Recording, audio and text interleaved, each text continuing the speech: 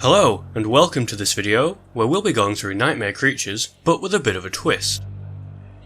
Now I consider Nightmare Creatures a pretty underrated game. It has great atmosphere, really good sound design, and whilst the visuals these days do look dated, some of the monsters and art design in this game are just fantastic. It builds a really interesting world, and I think the positives outweigh the negatives. Now I've been considering doing a let's play of this game for a while now, but in honesty, there are plenty of videos out there of people going through this game. I'd recommend watching the ePSXe collector's playthrough of this game. It's good quality recording, with nice commentary, and a good way to sit back as a passenger and enjoy the game, so I'll include a link to his video in the description. So rather than do a normal let's play of the game, I thought I'd try and do something a little bit different. Over the last week or so, I've been documenting how Nightmare Creatures works on the PlayStation, and I thought an interesting take on a playthrough would be to modify the game a little bit. My original idea was to create a harder difficulty mode where the enemies had more health and would appear in different locations. I'm still deciding on where to go with this idea, but it'd be nice to go through the game again, but have things be a little bit different for the viewer. I've been using the first level of the game as a testbed to see how an altered level could look. Bear in mind, this is a quick example where I've swapped enemies around and changed some AI behaviour. We'll jump into the game and I'll go through the concept as I play.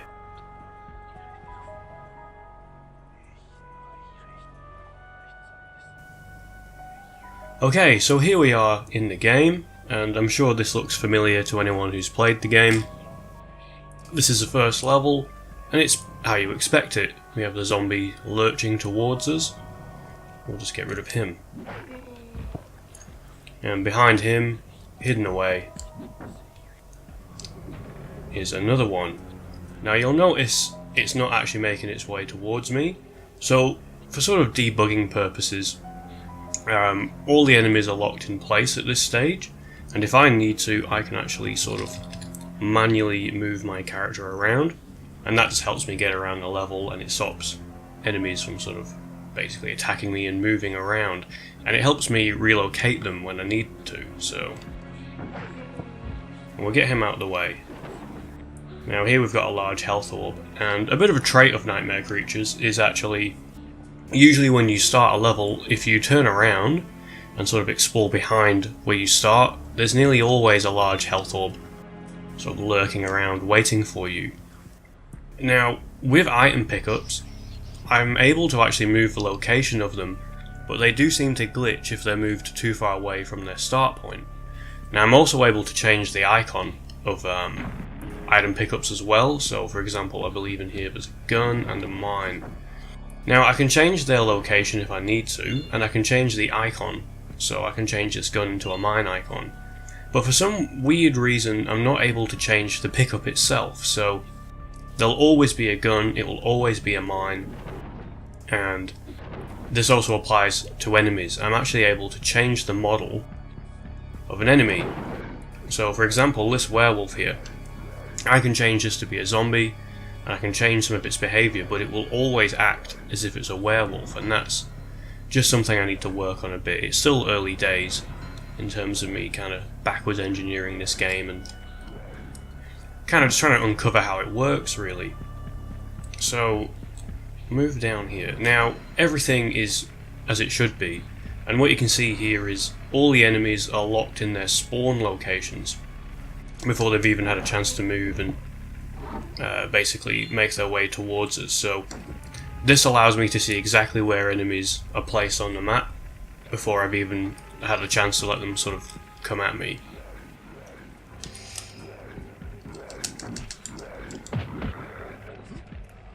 Now we don't actually really need to open this gate, but it will demonstrate another point. So not all enemies are visible and audible. A lot of them are actually completely silent until we trigger them. And an example is here. So we'll just get rid of this werewolf. Actually we won't, because he's locked on the ledge. So in this part of the map there is a zombie which is normally here, but until we activate the switch in that sort of dungeon area below, he won't spawn in. But in most cases the enemies are always present. They're always on the map, so you'll see here. So as we approach this monument here, you can see there's actually nothing behind it. It's completely blank, and empty I should say. And as we walk towards it, you'll see a werewolf pop in, and there we go. Now that werewolf, even though it was invisible before, it's always there, and it has its behaviour set to be invisible and make no noise. Now when we're changing the location of enemies, that can be a problem, because that werewolf will become visible as we walk down this path. So if we were to move it earlier on in the level, it would remain invisible until I got to this point. Now we can change enemy behaviour. I'm not super familiar with it at the moment, but I'm working out enemies which are set to sort of idle states. Enemies can be set to attack you, and there are all sorts of different variables really which determine if an enemy is idle and you can see it, idle and it's invisible, or if it's just going to attack you straight away. So if I wanted to relocate this werewolf, I would change its behaviour to be visible at all times and seek the player out rather than be invisible. The same actually applies for this zombie. He doesn't appear until the player makes his way around this monument from either side. So this is just to give you an idea on how the AI works in this game. It's kind of hard to wrap your head around at first because I'm not very familiar with this game and its sort of, its variables and how it codes everything, so it's a learning process and it's still early days. So as I sort of progress, and if I do progress into making this a series where we go through levels and modify them, it's likely I'll learn more as I go about how the game works. So, and as I've said, my idea was, let's do a playthrough where the enemies are in different locations, maybe they're different types, maybe there's more werewolves, maybe there's different pickups, and things like that. So an example of an enemy spawning is once you make your way down these steps, I think by the time you get to the bottom step, a zombie will actually appear around here. Now if we skip this trigger point, there's no zombie here at all. However, you can see that my character is not actually moving backwards. So there is actually the zombie is here, but it's set to be invisible and it's set to be idle. So we can't even attack it. And that's part of the behaviour states, which I'm sort of wrapping my head around. And as we sort of make our way here, there you go, you can see that zombie spawned in. So, and that's basically part of the AI behaviour. They have lots of different states. One of them is actually whether or not they'll drop an item pickup. And unfortunately, with the item pickups, it seems completely random what they drop. In fact, it seems to be based on what's in your inventory, or what items you've already picked up in the map, what an enemy will drop. I was hoping to maybe change the drops, so enemies could drop maybe different health orbs, or mines, or potions, but it seems the game sort of randomly decides or picks what the enemies will drop. However, I could set all the enemies to randomly drop an item, and who knows what we'd get. So, another idea is maybe you could make the game harder by reducing the pickups. So, that's an option. Now, as I've said, I'm just sort of explaining how things work, how the enemies work. So, another example is there's actually a werewolf behind this wall. He won't spawn or attack until we go around the corner. So if we go through the wall a bit early, there's nothing here. However, if we try to escape, you can see that my character's actually running up against something invisible, and that's a werewolf, and that will trigger once we come around the corner the way the game wants. So what's happening there is basically there are zones in the map which will act as triggers, and when we enter them, enemies will change their behaviour from invisible and idle to ready to attack the player. And I have to bear that in mind if I'm going to change enemy types and locations. Are they going to be tied to other parts of the map, and what does that mean? So, anyway, you can see there that he spawned as we came around the corner. So something else kind of interesting, well actually we'll get to this monument. Once you get up these steps, a werewolf actually spawns behind the monument. So we'll just spawn him. Now there's nothing there, as you can see, and then he just spawns in. Now this monument here this is one of the gargoyles from the later levels, acting as a statue, but it is actually a changeable AI, so whilst I'm editing the stats for enemies and messing around, turns out you can actually replace the gargoyle with a zombie, or a werewolf, or a demon bat. And that leads me to another point. From what I can tell, levels are limited in the enemy variety that they can have. So I think it's around 4 or 5. In this level you technically have 5 because there's 2 different types of zombies. Now zombies are actually classed as the same enemy type, they're actually number 4. So there's something in the code which changes their pants and their AI. The blue pants zombie is a much tougher opponent than the black pants zombie here. So it would be interesting to maybe try and replace the zombie there with the tougher ones, but that's something I've also not really been able to do. I've literally gone through the code byte by byte to try and change it and not had much luck, so it's just a bit more trial and error that's needed. And it's a learning process. The more I do, the more familiar I'll get with the game, and the more we can do with the game. So we'll just make our way towards the end of the level here.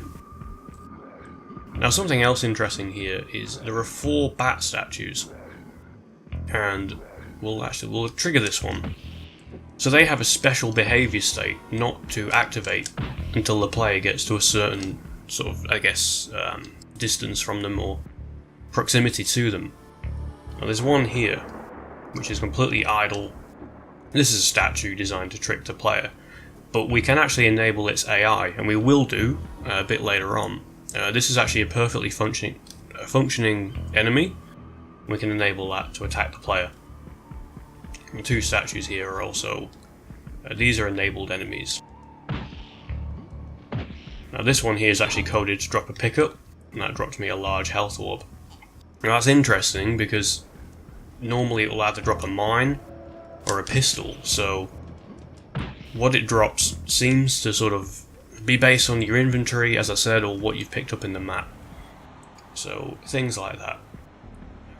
We're sort of at the end of a level. This will tie into something else, which is this zombie here has a trigger on him which opens the gate, so once he's knocked down,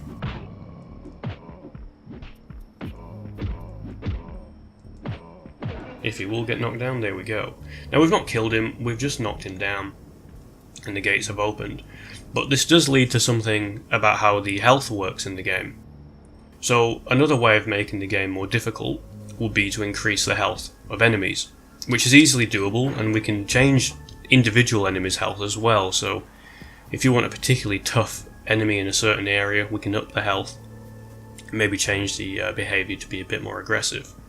Now the way zombies work, once you deplete their health, that's when they'll end up falling onto the ground. So the only way to truly kill them is to split them in half.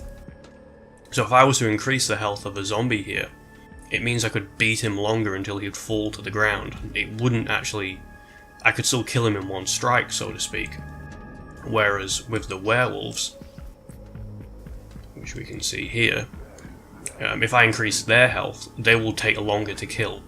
So maybe you could increase the health by 50%, make them a bit tougher, things like that, or maybe we can tweak the behaviour a bit more. So these are just ideas I thought for a way to make the game a bit more interesting.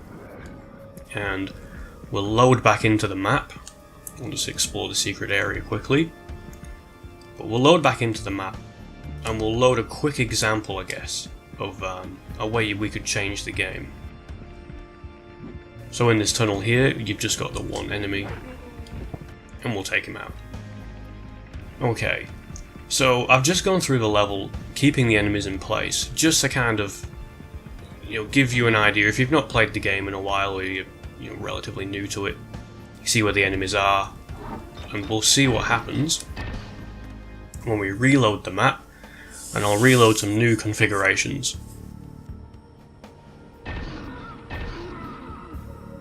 So, as I said, the whole reason I'm doing this is I wanted to do a Let's Play of this game, and as I said, there's a lot of Let's Plays out there of this game from years ago to recent, and I thought it'd be fun to sort of do a let's play where maybe viewers can have a bit of input onto where we place enemies or what enemies can go where. And we make it a bit different, a playthrough where something new to see, I guess. And it's kind of what I do with the Time Splitter games as well. I like diving into games and seeing what makes them tick. Can we change them to do other things? And maybe we can make a let's play with a bit of a different experience. So you'd have noticed the zombie, which is normally there, wasn't there. In fact, I hid him behind the carriage here. And normally this zombie doesn't become active until you kick the door open, so kicking that door open changes his state. So when I loaded him here, I've actually set him to an idle state, and he waits for me to get close enough before he comes and attacks. So with the door here, this is where a werewolf breaks out.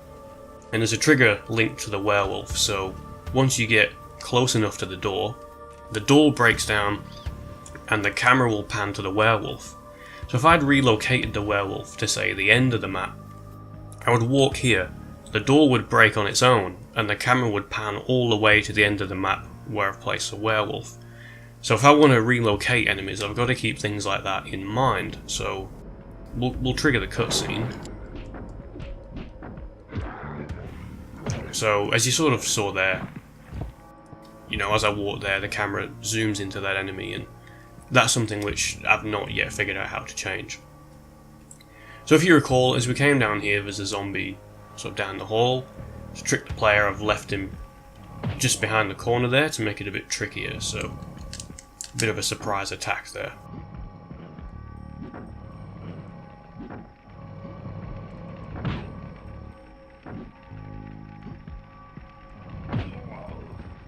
So whilst I get my arse kicked playing against him, it's pretty embarrassing being beaten by a Black Panther zombie, so let's just knock him down for the time being.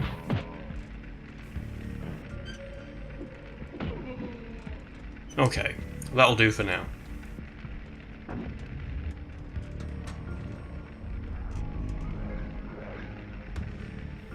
Now, I've not changed this enemy, but this could also be changed. An example of how this enemy works is, until you press the switch, that werewolf is idle in this area, but you can hear him, and he's present. So if I was to go in the room with the door shut, he would be there, and the developers probably did that, so you have a clue something's lurking behind the door, rather than keeping it sort of completely invisible. And when you do the switch, that triggers the AI into a more hunting mode or a guard mode, and he comes after you. So, normally this zombie's a bit closer. I just moved him a bit further down the path here. And there is a werewolf which jumps off a ledge, just to see what happens. So he's triggered as you walk through the door here, and he's normally up the ledge just there. So I want to see what happens if we move him down and we activate the trigger. And there you go, you can see he lurches forward. So we'll get rid of him quickly.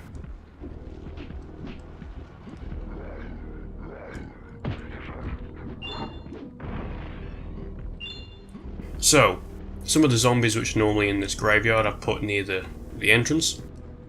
And one of them is normally invisible.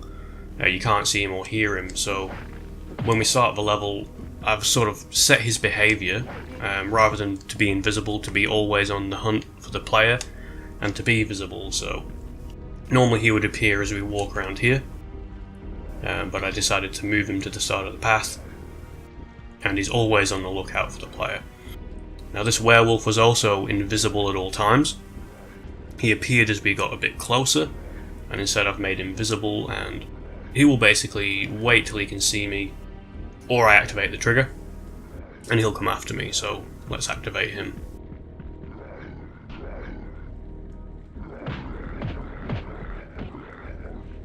So these are just a few examples of playing around with the AI and moving things around. Now I've not done much with the zombie that lives under here. He had a very weird looking behaviour, probably because this zombie starts flat, like this, so I found that quite hard to understand how they coded that, so to speak, but I could probably take the code from him, apply it to other zombies, and it might mean they're lying down flat when you approach them, so that's just more things to play with, really. Now, if you remember, as we come down these steps, a zombie appears on the right, so I've moved him a bit further away. And there you go, we sort of see him rise up.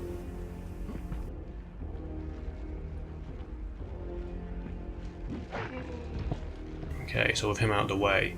Now, behind this wall would be where a werewolf appears and gets you. So what I've done this time is the player goes behind the wall, you go to get your item, but the werewolf actually appears behind you instead.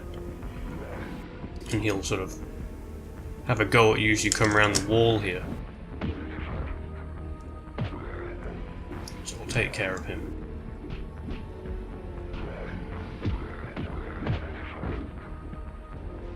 Okay, so I'm hoping this gives a sort of a basic idea of what I'd like to do with the game, change things up a little bit, add enemies to new locations and just sort of general things like that.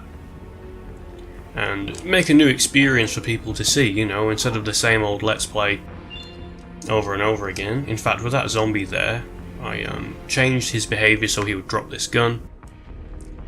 Normally he wouldn't actually drop anything, so another example of toying around with the enemy behaviour. Now there should be a werewolf there. For some reason I kept messing up his height data, so I accidentally had him clipping in the wall. But things like that can be sorted out, that's what testing's for. So, if you recall here, we had the two bats. One was a statue which did nothing, the other came alive as we got close. There we go. Now I've edited the behaviour of this statue, and it's a bit... I still need to work on, I guess, how it triggers, because we've activated it, but until we actually interact with it, it stays a bit sort of funny, so... Let's drop an item behind that wall. And I did actually program it to leave an item for me. Let's see what it leaves us. So it leaves us a gun. So, and that's an example of sort of making an enemy where there wasn't one before. I know it didn't work perfectly, but we can play around with that and, you know, make it better. So let's get rid of these guys.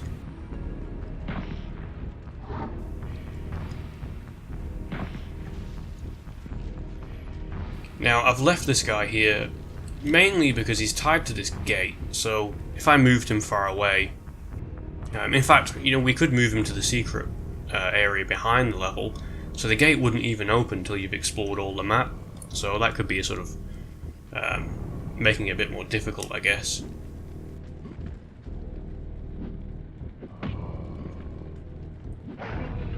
And there you go, so once he's destroyed. Now I believe the trigger works once that enemy's health goes to 0, those gates open, so that's a good way for me to start looking into how that trigger works. Now the last part of the level is a little secret room here, and if you remember there was a zombie in the main area, so what I've done is I've sort of hid him behind this wall here to make him a bit more difficult. And in the main room, we've got a werewolf, which makes it a much more difficult room. I can't remember where I took him from. I think he's normally behind the gargoyle statue, so we can move enemies pretty far away and change their behaviours, but you know, at this stage I don't think I can add additional enemies unless they're like the gargoyle statue, the demon statues, where they already exist and we can kind of use that to our advantage. Alright, so let's make our way to the end of the level.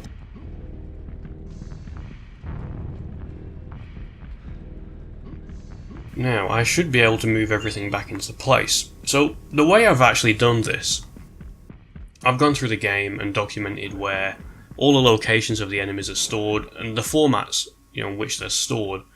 So they're stored in XYZ locations, and it's editing those and playing with those, and which is how I've done this. And the way this is working is I basically press a key on the keyboard, and every enemy which I've discovered and documented will change their stats basically. So all I need to press is full stop on my keyboard,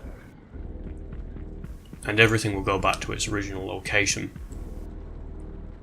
And it will even move the corpses as well. So let's show another example of that just quickly.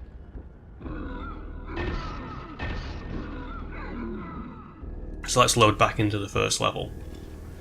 So you can see here the enemies are moving towards us. If I press full stop, they go to their new locations.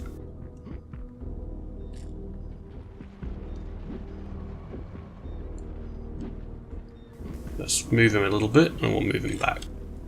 So there you go. So you can sort of see where I'm placing enemies and how that all works. And at any time, if I want to do some debugging, you know, and see how the level works, see how the monsters are sort of moving, I can freeze them in place, and that will freeze all of the enemies on the map. And then if we want to unfreeze them, it's very easy basically. So I've sort of created a strange environment to debug the game and sort of, I guess, bend it to my will.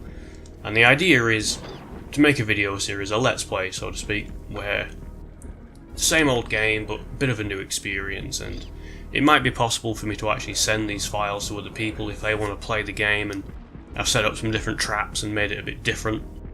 Then they can play the game with these new tweaks, and it's something I should be able to do with other games as well. But being a big fan of Nightmare Creatures, this is a good game because I'm interested in it. It's quite interesting how it works. I guess it's kind of unique, and it's fun just to sort of break the game and take it apart, see what's really going on underneath the hood. Okay, well, I hope that was interesting, and I'll upload progress with the game as I go along. I hope the idea for what I'm trying to do, does come across properly. And yeah, as always, thank you very much for watching, and I'll see you next time.